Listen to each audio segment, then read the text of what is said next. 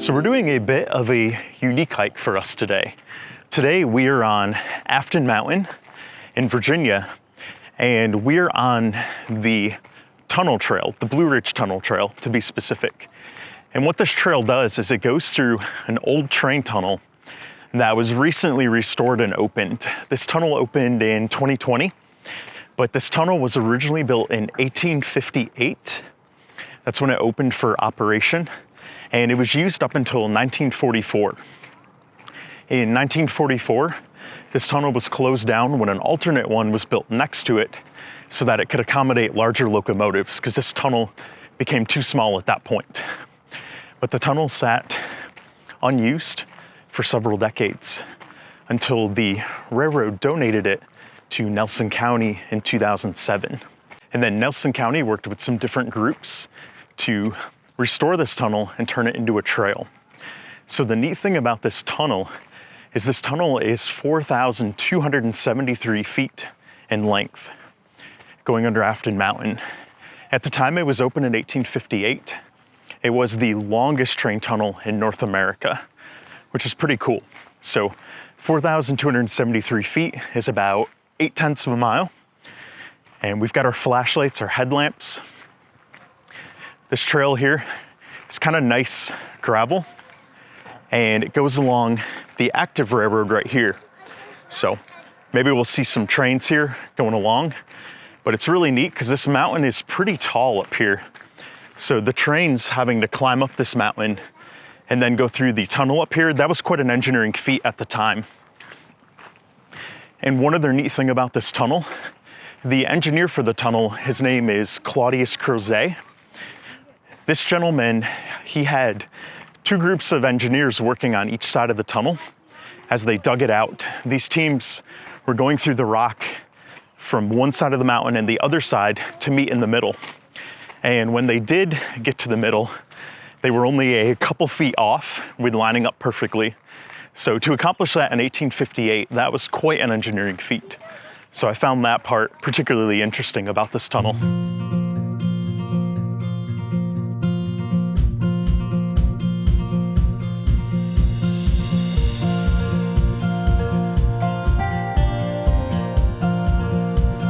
So one of the neat things about the location of this tunnel is located where a lot of different roads cross. And these roads are both driving roads and footpaths. So first of all, this tunnel goes underneath Interstate 64 on Afton Mountain here. In addition, it goes underneath the start of the Blue Ridge Parkway and the end of Skyline Drive. So those are two very famous drives in the Blue Ridge Mountains here. In addition, there's also a bike path called Route 76 that goes through here. So a lot of bikers, this is at a crossroads for them as well. And we also go underneath the Appalachian Trail. So the AT goes through here as well. So this path through the tunnel is really conveniently located. If you're passing through this area, you know, it's a great place to stop.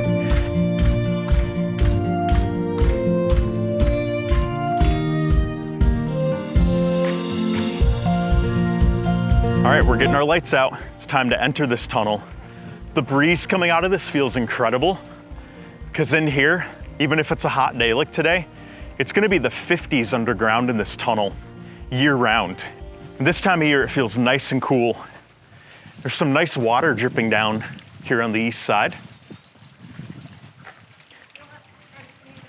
One of the things they had to do to restore it was to figure out how to put an elevated platform through here, because there was so much water. One end of this tunnel was just flooded, like all the time.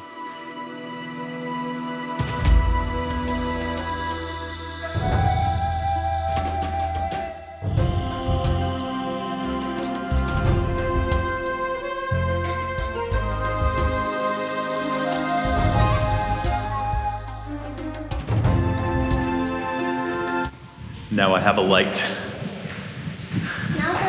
So yeah, this tunnel is really dark. Let me see, you know, here's my light.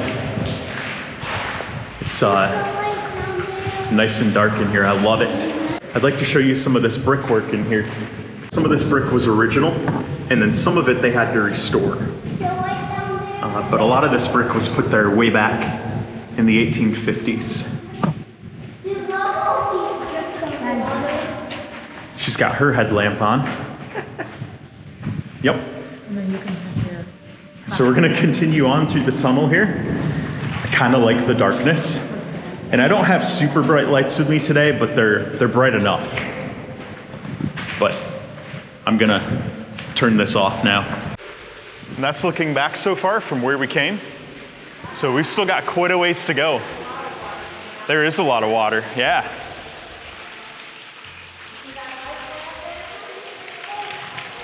Lots of water coming down. Coming out of a side in the tunnel here. Really cool.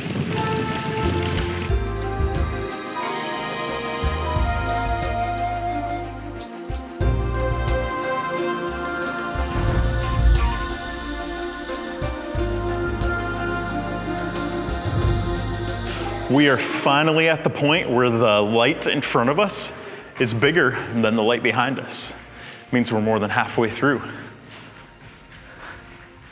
Beautiful craftsmanship in here. This took a lot of work to build. And a lot of work to restore too.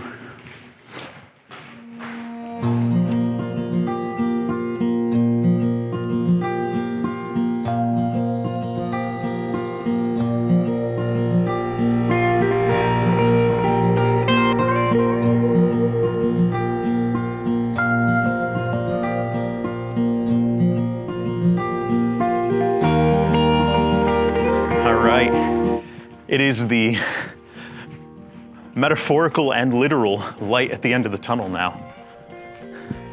Came a long way. That is a long 8/10 of a mile when you're underground. My pupils are gonna need to readjust here when we climb out of this.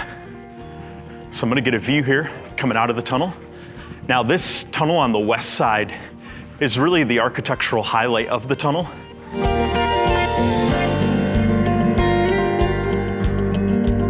This is some of the original craftsmanship on this side of the tunnel from way back when it was completed in 1858. They had Irish stonemasons do this. They did a fabulous job on this. Look at that.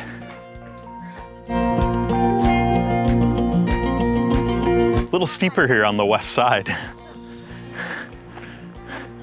We get to climb up it, and then we get to turn around and go all the way back through the tunnel again.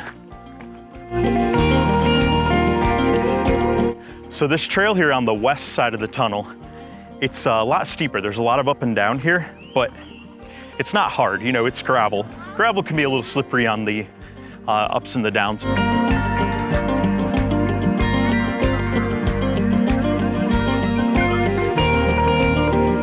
All right, so we did the 2¼ miles each way. We just turned around right here, and now we're gonna head back downhill to the west side of the tunnel, and we're gonna go back through it west to east. It is getting really warm out, really humid, so I'm looking forward to getting back into that tunnel again. It's gonna be fun. This guy did some walking outside of the tunnel. He's gonna hop back on my back when we get in the tunnel. He loves the camera.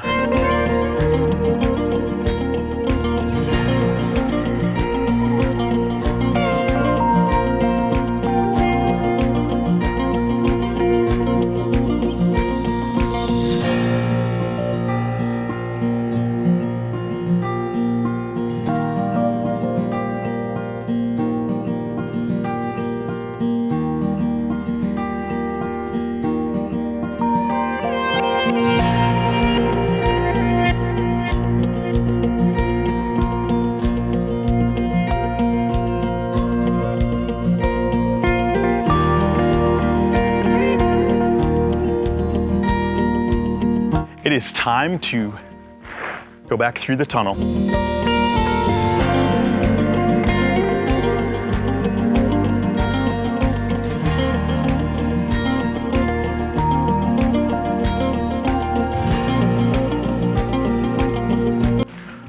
The light at the other end is really tiny again. It's gonna be a great hike back through here, nice and cool. From my understanding, this part of Virginia has been pretty dry recently, but that's a lot of water coming out. That's definitely spring fed right there. Pretty cool. Cold? Refreshing. All right, well, there's the light at the end of the tunnel. The light's really close now. We're almost out of here. Nice drips of water everywhere around you on this end of the tunnel. Feels great. I purposely walk underneath some of these. We're about to exit here on the east side. Once I get through all this water. So it's great they elevated the tunnel floor here, because on this side you can see all the water that pools off to the side. And this side also has a bunch of water along here. So elevating this, building it up was definitely a must here. Otherwise, it would have been quite a bit of ice cold water to wade through. And this water is cold. This is definite spring fed water. Real nice and cold. This is what they call greenstone. This was one of the biggest obstacles to finishing the tunnel on this side. It's apparently very hard stone to get through.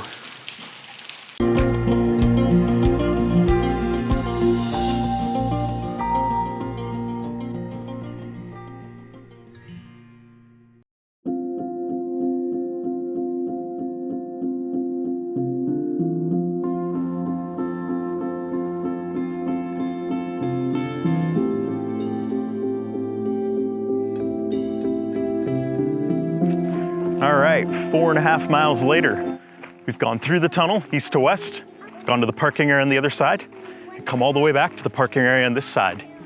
Now, something I will note, the parking area on the east side has approximately 56 parking spots, but the one on the west side has about 20. So if you're coming here during a busy day, I definitely recommend parking on the east side. You're more guaranteed a parking spot, because it is very strict, no parking along the roads. There's a lot of signs when we came in that they'll tow your vehicle if you do that. So if you are planning on visiting, keep it in mind. Today, we practically had this place to ourselves, just a couple people along the way. So pays to get here early and to hike on a weekday.